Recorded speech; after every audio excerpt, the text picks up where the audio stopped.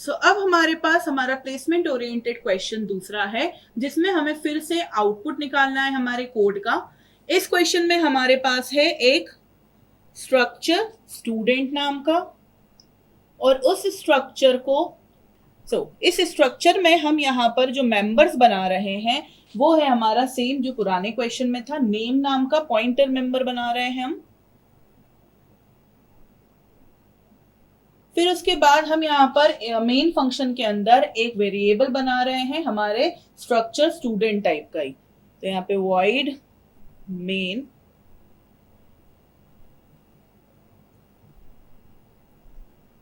struct student, एक s variable बना रहे हैं और एक m वेरिएबल बना रहे हैं। अब यहां पर हमने s डॉट नेम को वैल्यू दे रहे हैं st, so s dot name equals to st, और हम यहां पे क्या कर रहे हैं, m वेरिएबल को वैल्यू असाइन कर रहे हैं s वेरिएबल की। और फिर उसके बाद हम फिर से यहां पे प्रिंट करा रहे हैं हमारा s डॉट नेम और m डॉट नेम को। So print F percentile s, और यहां पर हम प्रिंट करा रहे हैं s dot name m dot name. So इतना हमारा प्रोग्राम है।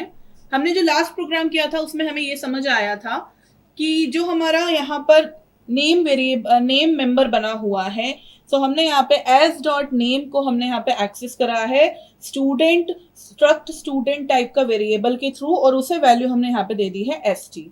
फिर उसके बाद फॉर एग्जाम्पल ये एस वेरिएबल है हमारा, उसमें एस टी वैल्यू है हमारे पास अभी। फिर उसके बाद हमने वैल्यू असाइन कर दी एस की एम में। इसका मतलब ये हुआ कि m में भी हमारे पास अब वैल्यू आ गई है एस टी।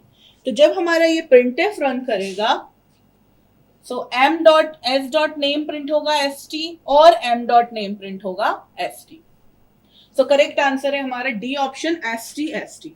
इसमें कहीं से भी कोई भी कंपाइल टाइम एरर नहीं है, कोई गार्बेज वैल्यूज प्रिंट नहीं होगी। उसके पीछे रीजन एक बिल्कुल क्लियर यहाँ पे मेंशन करा गया है कि हमने s की वैल्यू असाइन कर दी m में। लेकिन हाँ, एक चीज में यहाँ पे कंपाइल टाइम एरर होता उस केस में जब यहाँ पर हमने एक और स्ट्रक्चर बनाया होता, स्ट्रक्ट फॉर एग्जाम्पल मैंने यहाँ पे स्ट्रक्चर बनाया है माय नाम का, और उसमें हम बना देते नेम। मैंने आपको बताया था सेम स्ट्रक्चर के अंदर कॉमन नेम्स नहीं हो सकते हैं हमारे मेंबर्स के, लेकिन डिफरेंट स्ट्रक्चर्स में कॉमन नेम हो सकते हैं। तो ये स्ट्रक्ट स्टूडेंट है और ये स्ट्रक्ट माय है।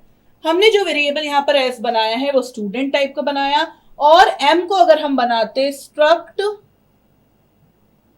माय एम, दैट मीन्स ये दोनों वेरिएबल अलग अलग स्ट्रक्चर्स के होते, तो उस केस में यहाँ पे कॉपी नहीं हो सकता था, हम असाइन एस की वैल्यू एम में नहीं कर सकते थे, और यहाँ पे कंपाइल टाइम एरर हमें शो कर देता। लेकिन हमारे पास एक ही स्ट्रक्चर था और उसी स्ट्रक्चर के हमने दो वेरिएबल्स बनाए थे, इसलिए हमारा सिंपली आउटपुट प्रिंट हो जाएगा एस टी।